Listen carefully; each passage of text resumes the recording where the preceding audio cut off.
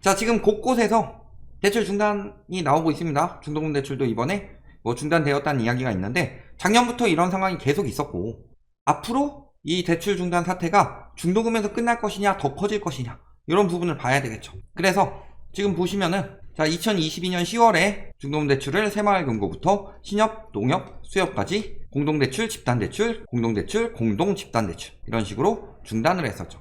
잠깐 중단을 했다가 다시 풀었다가 또 중단했다가 자꾸 이런 상황이 벌어지고 있고, 올해는 아예 계약률 70%가 안 되면 중도금대출 안 해준다, 이런 것들도 많이 늘어났죠. 왜? 계약률 70%가 안 되면은 이 사업장은 손실 가능성이 굉장히 높죠. 그러면 사업이 중단될 가능성이 굉장히 높다.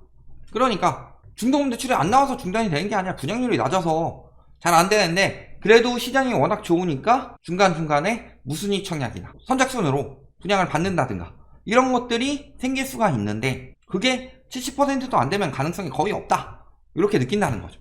그런 이야기에서 새마을금고 또 부동산 공동 집단대출 중단하기로 했다. PF나 혹은 중도금 이런 것들 전반적으로 중단이 되면 물론 기존 대출의 증액도 불가능하도록 만들었고, 최근에는 대구나 울산 이런 초기 분양률이 낮은 곳들에 대해서 중도금 대출 거부 사태가 잇따르고 있다.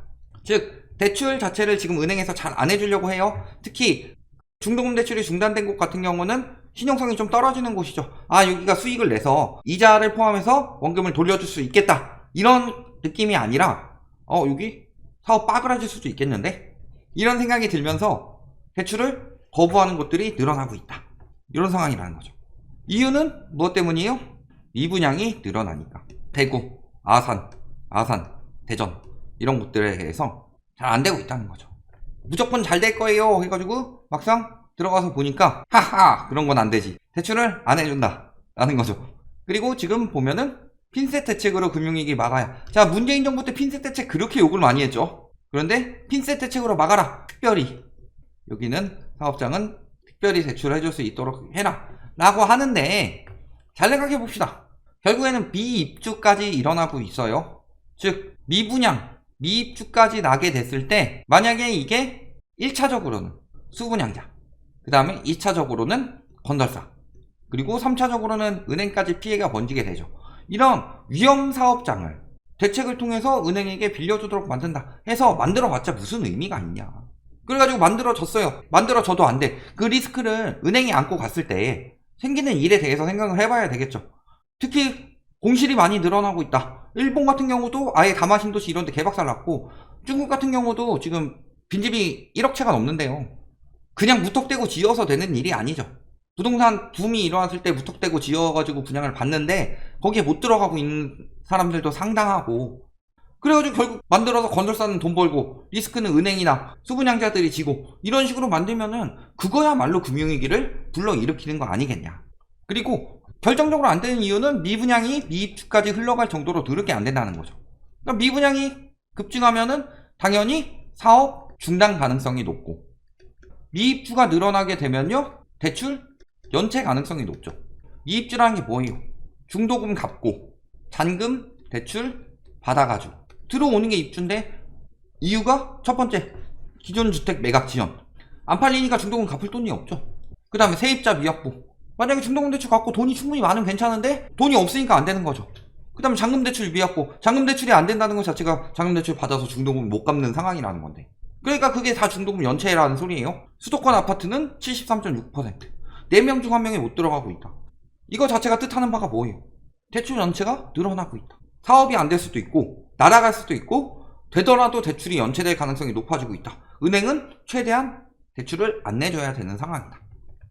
자, 거기에 PF 연체는 지금 굉장히 심각하죠. 증권사 PF 대출 연체율이 10%를 찍었다고 합니다. 여신 전문은 2.2%, 저축은행은 2.05%까지 올라갔고요. 증권사는 압도적으로 빠르게 올라가고 있죠. 그래서 1년 전에 비해 2.8배 가량 높은 수준까지 올라갔고, 금액 자체도 굉장히 커졌죠. 신용카드, 리스, 할부 이런 연체율도 지금 빠르게 올라가고 있다. 이런 것들 보시면요, 지금 은행 상황이 좋지 않다는 소리예요. 증권사도 난리 났죠. 다른 데 어때요? 다른 연체율 볼까요? 굳이 PF가 아니더라도 4대 시중은행 연체율이 자, 다 0.2 미치였는데 지금 다 0.2 이상으로 올라갔죠.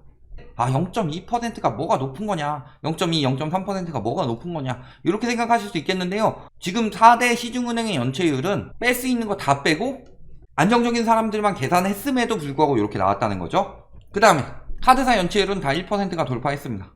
뭐 부동산 시장이 살아나고 뭐 경제가 살아나고 뭐 너는 왜 이렇게 부정적인 이야기만 하냐, 상황이 부정적이니까. 경제가 안 좋아요. 지금 돈을 못 갚고 있다는 소리예요. 돈을 못 갚는 사람들이 어마어마하게 늘어나고 있다.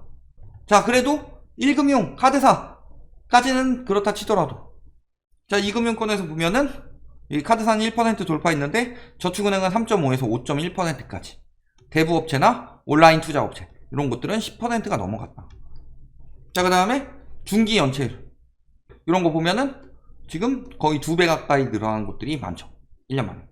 연체율이 이렇게 빠르게 늘어나고 있어요. 연체율이 이렇게 빠르게 늘어나고 있다는 것 자체가 지금 말씀하신 대로 돈 못 갚으면 개인 부도다, 이런 부분도 충분히 있지만 또 한 가지 생각하셔야 될 게 뭐다?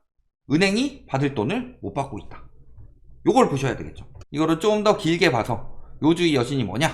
3개월 이상 연체한 요주의 여신이, 그러면은 잠깐 연체하다가 또 갚는 거 아니냐, 잠깐의 그런 상황이 벌어질 수 있지 않느냐가 아니라 요주의 여신이 굉장히 빠르게 증가하면서 전년 대비 17%가 늘어났고요. 금액적으로 1조 2천억 가량이 늘어났다. 자, 그래서 요주의 여신도 굉장히 빠르게 증가를 하고 있고, 이에 따라서 지금 안 되니까 다 미루는 거예요. 자, 부동산 PF 12월로 연장했다 그랬죠. 매입 프로그램. 이게 5월 말 종료였는데. 그래서 그런 이야기 굉장히 많았죠. 5월에는 부동산 PF 터질 것이다. 미분양이 이렇게 빠르게 증가를 하는데 5월에는 부동산 PF가 터질 수밖에 없는 상황이다. 그러니까 12월로 연장한 거죠. 그러니까 이런 식으로 버티는 거예요. 연장하고 또 연장하고. 이제 5월 이후에 또 한 번의 이벤트가 있죠. 언제 있어요? 9월에 자영업자 9월부터 정부 및 금융권의 만기 연장과 상한 유예 조치가 종료되면 이 다중채무자의 상당수가 원리금 상환에 실패할 가능성이 높다. 그런데 그 중에서 다중채무자가 엄청나게 많이 잔액도 늘어나고 차주수도 늘어났다. 그리고 이게 퍼센테이지로 어마어마하죠. 70.6%가 다중채무다. 자영업자 대출 중에서. 자영업자 대출 중에 대부분이 다중채무로 묶여있기 때문에 자영업자를 다 미룬 거예요. 밀어서 여기까지 미룬 건데 또 미루겠죠. 왜? 총선 전에 터지면 안 되니까.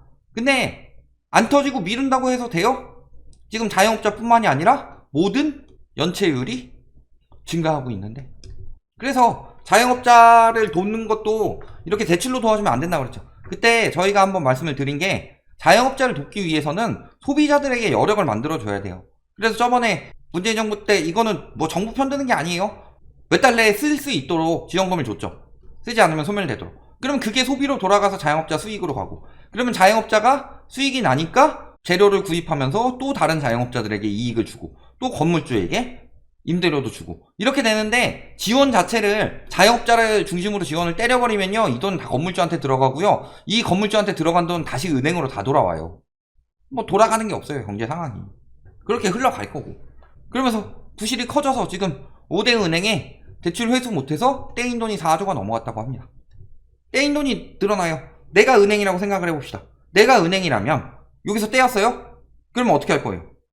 떼일 돈은 앞으로 덜 빌려주고, 떼일 것 같은 돈은 최대한 빨리 회수하려고 하고, 그 다음에 떼인 돈의 공백을 메꾸기 위해서 자금을 더 확보를 해야 되겠죠. 그러니까 중도금 대출이 왜 멈췄느냐, 이거는 거의 정책 대출인데, 사실 정책 대출이기 때문에 중도금 대출 자체는 수익률이 그렇게 높진 않죠, 은행 입장에서. 그런데도 해줘야 되는 건데 이런 걸 자꾸 미루고 있다. 왜? 은행이 돈 못 벌게 하니까. 얘들 금리차 너무 큽니다. 돈 벌어 가지 마세요. 은행이 이럴 때 해줘야지. 그럼 은행은 수익을 어디서 내요? 은행은 땅 파먹고 살아요? 은행은요, 자본을 가지고 자본을 벌어야 되는 곳이에요. 그러니까 뭐 너무 심하게 해먹으면 모를까, 결국에는 은행에게 부실 대출을 많이 해주도록 만들면서 은행이 떼인 돈이 늘어나고 있는 거죠. 그럼 이거 어디서 메꾸느냐? 이런 데서 메꾸겠죠. 대출금리 슬금슬금 오르려고 합니다. 4월부터 5월까지, 5월 8일까지 저기 은행채 금리, 코픽스 금리 이런 거 다 체크해 놓은 게 있는데, 보시면은 코픽스 신규 금리는 한 번 오르고, 잔액 금리는 한 번 오르고, 그 다음에 금융채 금리는 떨어지다가 이제 슬금슬금 다시 올라가고 있다. 그래서 보시면은 시작할 때 4월 초에는 3.59, 그 다음에 코픽스는 3.67과 3.53이었는데 요거 조금씩 오르고요. 3.49 때 저점 찍었다가 지금 다시 금융채 금리가 3.53까지 오르고 있어요.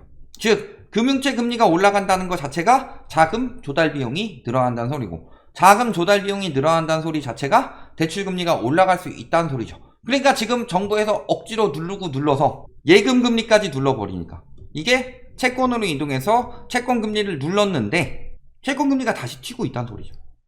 기준금리가 3.5%인데 그거를 바닥으로 찍고 다시 튄다는 소리 무슨 소리예요? 3.5% 눌러서 3.5% 만들었는데 그게 우리나라의 합리적인 기준금리는 아니라는 소리죠. 그러니까 사실은 기준금리 더 올려야 돼요.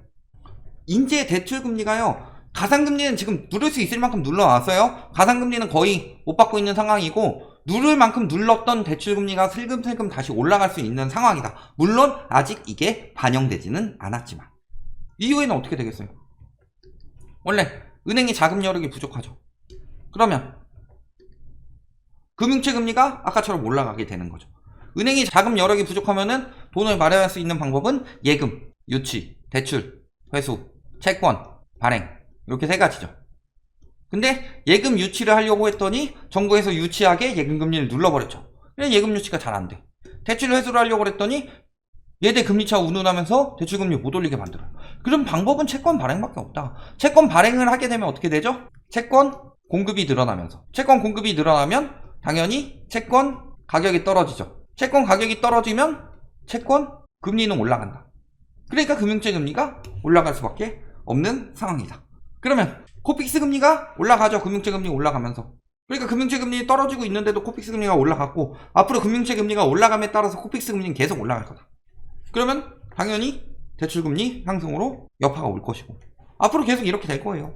대출 중단 이야기를 하는데 금리 올라가는 거 가지고 말하느냐, 이렇게 보실 수가 있는데 금리 상승은 그냥 전조현상일 뿐이에요.